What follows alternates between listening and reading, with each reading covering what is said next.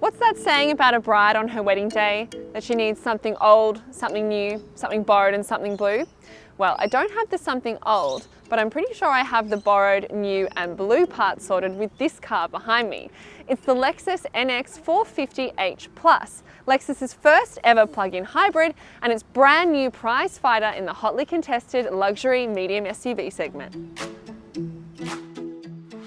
Historically, the NX has battled against its Euro competitors in the sales stakes, often neck and neck with Audi's Q5, BMW's X3 and Mercedes-Benz's GLC, despite offering a marginally lower price point. Our complaints about the old NX were that it just didn't feel quite as special as, say, a BMW or a Mercedes. It felt a little bit more dated in the cabin, with less room and less fancy tech. So, does this new NX have what it takes to break away from the pack?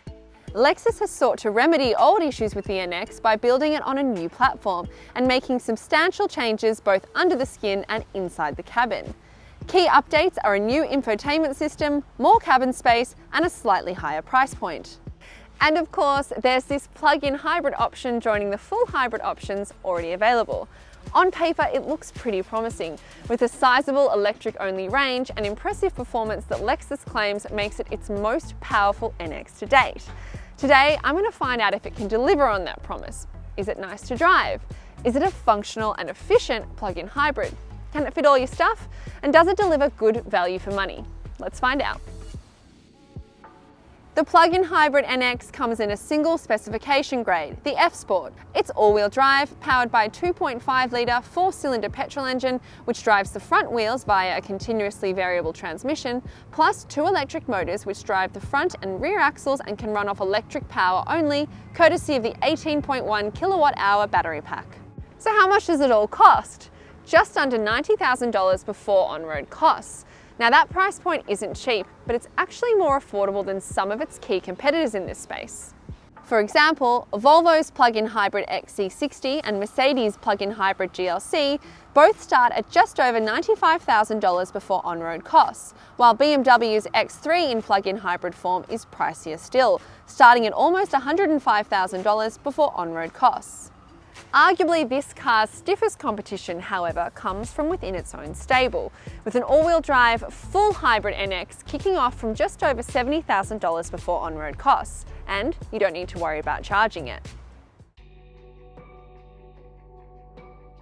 For me personally, I've always found the gap between the Lexus NX and some of its competitors has been clearest in the cabin, where the infotainment system lagged behind in both form and function. Thankfully, with this new NX, they've remedied that problem. Both of these expansive digital displays, the infotainment and the driver display, are not only great to look at, they work really well as well. Thank the Lord they've done away with that pesky Lexus touchpad, but they've also streamlined all the controls so it's much easier to use and less overwhelming. That's not to say, however, that I didn't find a few functionality issues in this cabin. For starters, the steering wheel controls, which manage audio, phone calls and cruise control, are a little bit tricky to use while on the move. Additionally, I found that the gear selector wasn't that intuitive. You have to pull it right and push it up to select your gears. And finally, these e-latch doors, which don't use a traditional door handle but actually require you to push in this little lever to open, just take some getting used to. All of these things aren't an issue if this is the only car you drive, because you'll get used to it. However, if you are switching between two cars, you might find the transition a little bit challenging. It's been absolutely freezing in Melbourne this last week, and the NX's cabin has been a lovely, cozy place to be with its heated steering wheel and heated seats. Speaking of the seats, these sporty, electronically adjustable seats are firm but really supportive. However, larger, broader drivers might find them a little snug.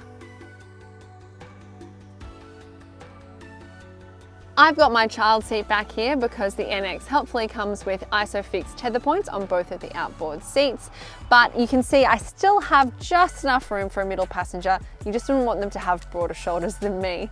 Parents, take note when loading and unloading your little ones. It's made a little bit harder by this sloped C-pillar here, which can mean you might bonk their heads on the way out. As for the back, there's more headroom and legroom in the new NX than in its predecessor, plus central air vents and two USB-C ports. Now, if I move over to the side passenger seat, I've got plenty of room. I've got about this much knee room with the seat in my regular driving position and heaps of headroom, plus my shoulders feel nice and free for, you know, backseat dancing.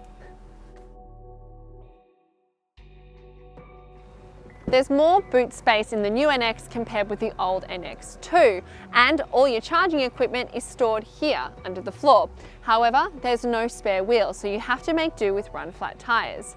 In my week with this car, I found that there was plenty of room back here for prams, supermarket shopping, luggage, all your bits and pieces. Also, a power tailgate just makes everything more convenient. In terms of fun tech, there's plenty to play with.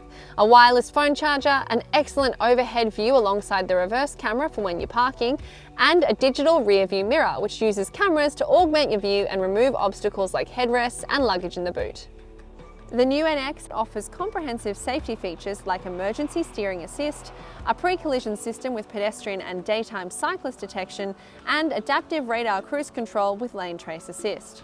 With the new NX, Lexus has also introduced Safe Exit Assist, which will warn you if there are vehicles or cyclists coming up from behind the car, particularly great when loading or unloading kids from child seats. Sometimes you want an electric car so you can run errands around town without having to spend a fortune on petrol. Other times you want a petrol car so you can go out of town on a long road trip without having to worry about charging. The reason you'd buy a plug-in hybrid car is that theoretically it should be able to do both. And the good news is this NX does both really well, offering a choice of 4 different drive modes. EV mode uses electric power only, and the petrol engine only kicks in when you have really low battery, or you're driving at high speeds in extreme temperatures or using the demister. Auto EV HV mode still prioritises electric power, but is quicker to offer assistance from the petrol engine, like when you really put your foot down. HV mode operates the car like a full hybrid, keeping the battery level steady and using electric and petrol power in tandem. Finally, battery charging mode means the petrol engine runs constantly but uses idle power to recharge the battery, great for when you're doing freeway driving. Those modes do exactly what they promise to do, and you can really see the difference when it comes to your consumption figures. For the first half of my week of driving in the NX, I stuck to mostly EV priority mode, which I loved because it felt like I was in a fully electric car and I barely touched my fuel reserves. Lexus claims 87 kilometres of pure electric range on the WLTP cycle, but fully charged, our test car had closer to 70 kilometres of range. Still, that was enough to get me through 4 solid days of city driving without having to use the petrol engine. Fuel consumption is a claimed 1.3 litres per 100 kilometres on a combined cycle, but that's assuming you have a full battery. Once I ran down the battery and switched to the hybrid drive mode, my fuel consumption was more like 5.6 litres per 100 kilometres. To charge your car's battery, you'll receive 2 cables included in your purchase. The first plugs into your regular wall socket like the one you have at home and charges your car from empty to full in around 7.5 hours. The second is a Type 2 cable which plugs into public AC chargers like the one you see behind me, and that will shorten your charging time to around 2.5 hours.